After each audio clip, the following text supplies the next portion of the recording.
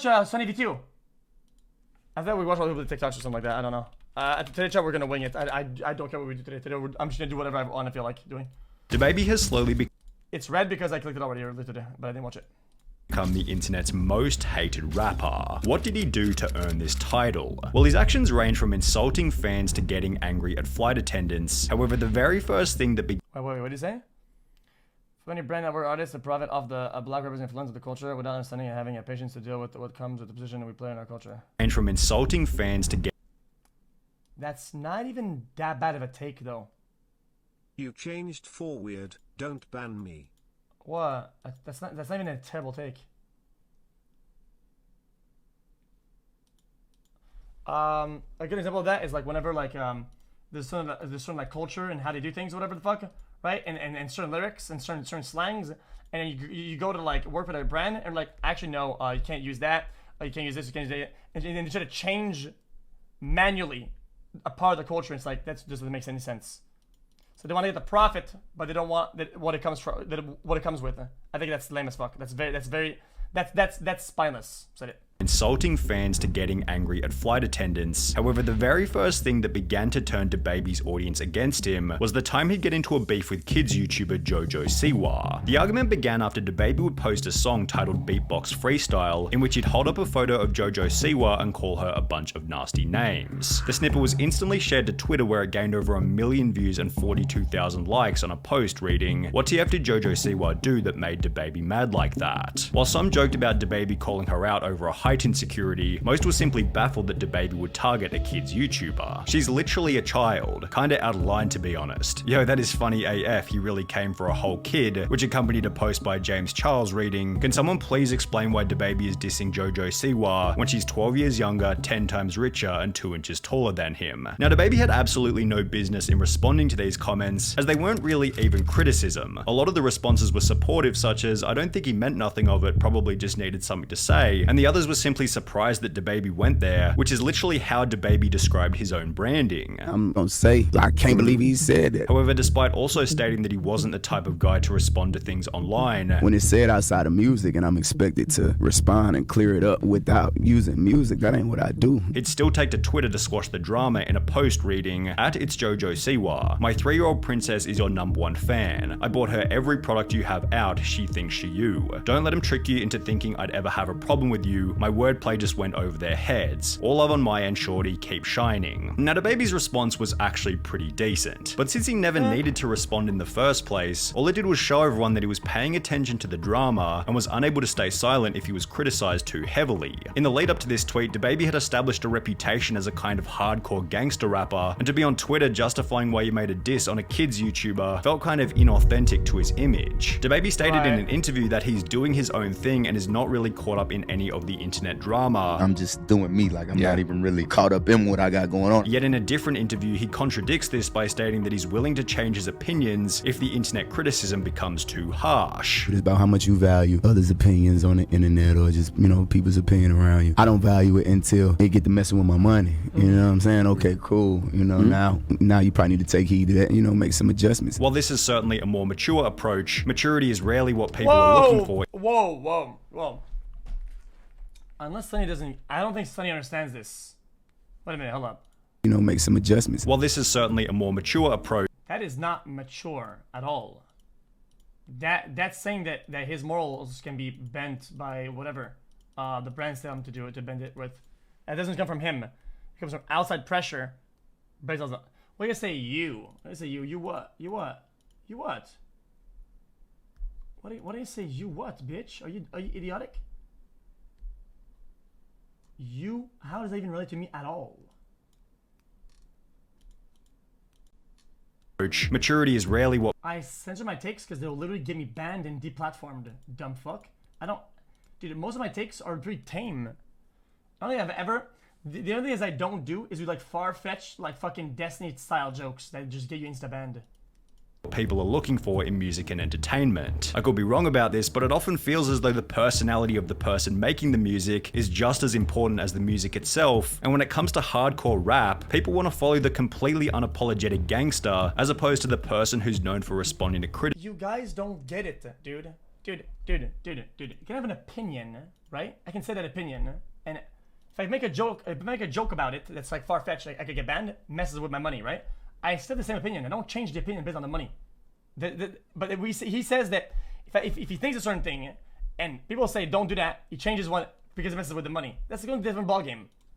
Working the music is just as important as the music itself, and when it comes to hardcore rap, people want to follow the completely unapologetic gangster as opposed to the person who's known for responding to criticism on Twitter. This point feeds perfectly into his response to the Rolling Loud controversy, which happened only 4 months after the incident with Jojo Siwa. Whilst on stage, DaBaby would imply that people with HIV weren't welcome at his shows, and since the event was being streamed online, the internet began to discuss the comments immediately. Now, as mentioned in other videos, if DaBaby had simply stayed silent on the criticism, the problem would have disappeared. However, just like the Jojo Siwa controversy, he felt the need to clarify his position with a public statement. I'm gonna address this one time and I'm gonna get back to giving my love to my fans. See what I'm saying? Because what me and my fans do at the live show, it don't concern you. It's not y'all business. What I do at a live show is for the audience at the live show. It'll never translate correctly to somebody looking at a little 5-6 second clip on their phone. It just don't work like that. This Instagram live stream only led to more people discovering what he had said, and shortly thereafter celebrities such as Elton John, Madonna and Dua Lipa were stating on Instagram that they were surprised and horrified at DaBaby's comments. DaBaby stated that he wasn't worried at any point during the Rolling Loud controversy. Were you kind of scared, like how everyone was like trying to cancel you and shit like that? Nah, I wasn't scared. That was probably my problem. However, this is a complete contradiction to his actions, because if he wasn't— Okay, I agree calling out people for the dumb shit that they do, right? But I think dogpiling, like overplaying a reaction is just fucking virtue signaling. I think that's like what fucking hoes,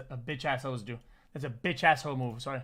Scared, he wouldn't feel the need to take to Twitter and apologize, which is what he would do after the Instagram live stream. I want to apologize to the LGBTQ+ community for the hurtful and triggering comments I made. Again, I apologize for my misinformed comments about HIV/AIDS, and I know education on this is important. Going back to the problem of authenticity, DaBaby would go on to state that he didn't even agree with his own apology. Even though, you know, I don't agree with it, you feel me? Like, you know, if this the example that gotta be made, if this what God want me to go through, you feel me, for whatever reason, let's do it, I'm with it. And that he only put it out because at a certain level, you have to move in a different way. You get to certain levels in it, you know, you gotta make adjustments, you know what I'm saying, and move a certain way. It's simple, you know. Ironically, he's talking to Charlemagne, who wrote a book on how living an authentic life is the quickest path to success, which is something that DaBaby himself highlighted as the reason behind why he's been so successful. What makes you different? I'm like, why do you have that drive? You know what I'm saying? Like, I'm just me. Yet going back on his own statements and posting insincere apologies was the opposite. Why was it so after your hot takes?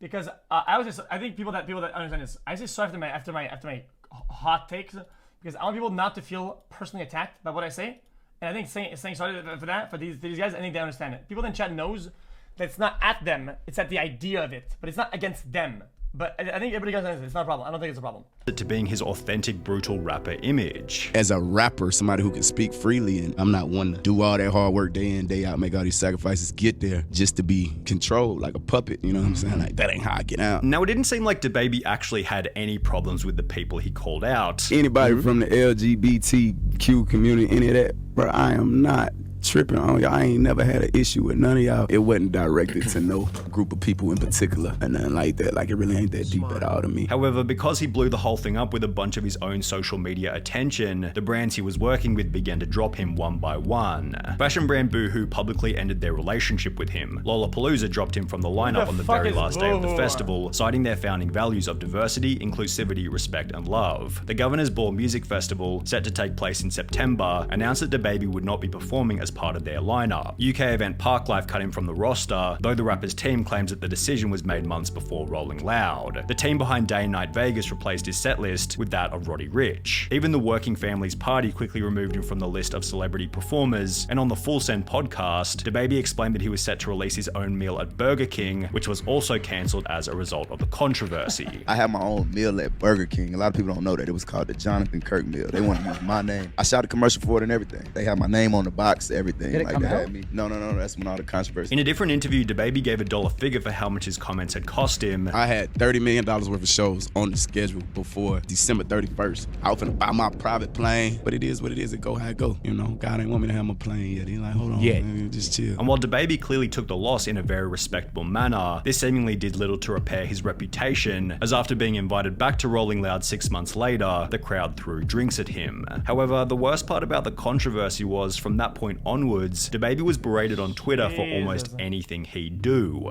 For example, people brought up the time where he'd attack a fan at a club for putting a flashlight in his face, resulting in another apology video. I do sincerely apologize. Keep in mind, I couldn't see you. Accompanying another bizarre clip of him being rejected. Sometimes it's just about not like doing a thing that's like far out for no reason.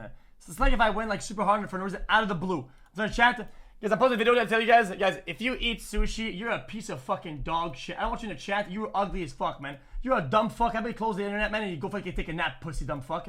Like whoa, like why though? Like I think these things that people say, dude, I'm just being authentic, but nobody asks. I mean, nobody cares about this shit. Like why go hard like that? Whilst trying to kiss a fan. Yeah, it's usually what people do though a lot of times when they're being like hateful, quote unquote, or like go like against certain topics like LGBTQ plus type shit. This is like out of the blue for no fucking reason. Like, okay, I guess you're so authentic, so cool, bro. Which also warranted some kind of strange Instagram response to the event. And he just kept making mistake after mistake after mistake.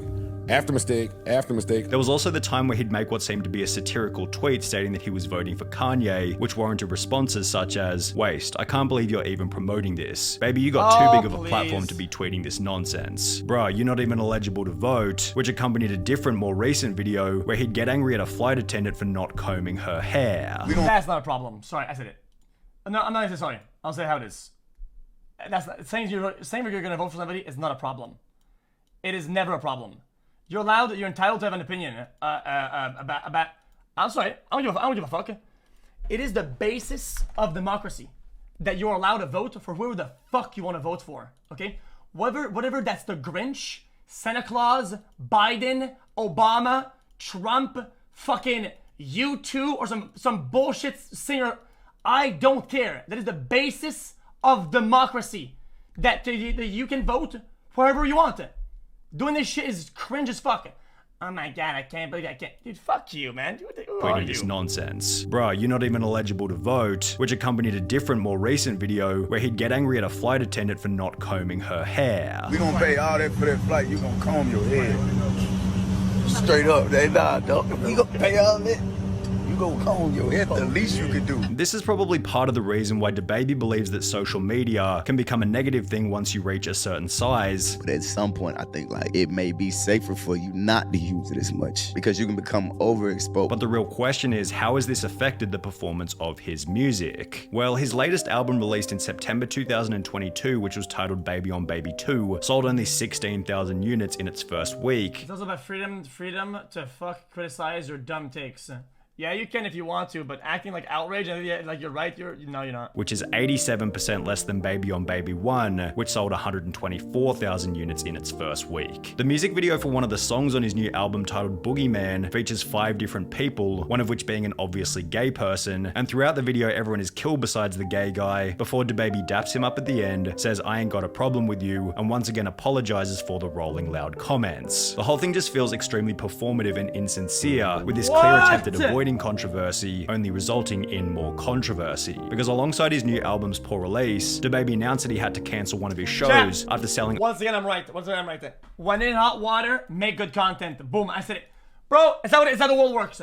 People that buy shit, that consume shit, don't care, man. If you're in hot water, you make good shit.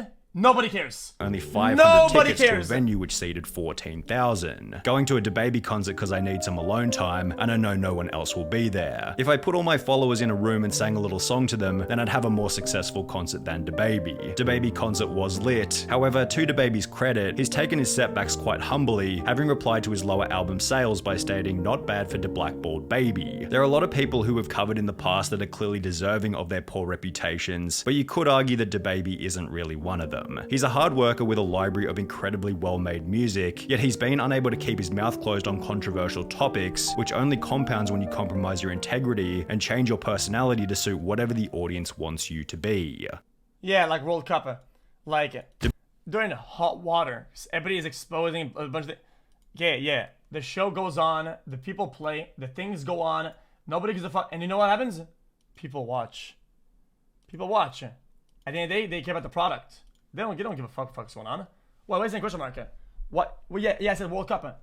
Bro, did you not see about other controversy or whatever? They don't give a fuck. Wait, thousands of people died to build that shit. I'm not even being an outrage in, I'm just telling you. Factually. Like, people died. There was a lot of fucking... It's just how it is. What do you guys not know this? But, like I said, the show goes on. People consume, and it's so on. xqcL.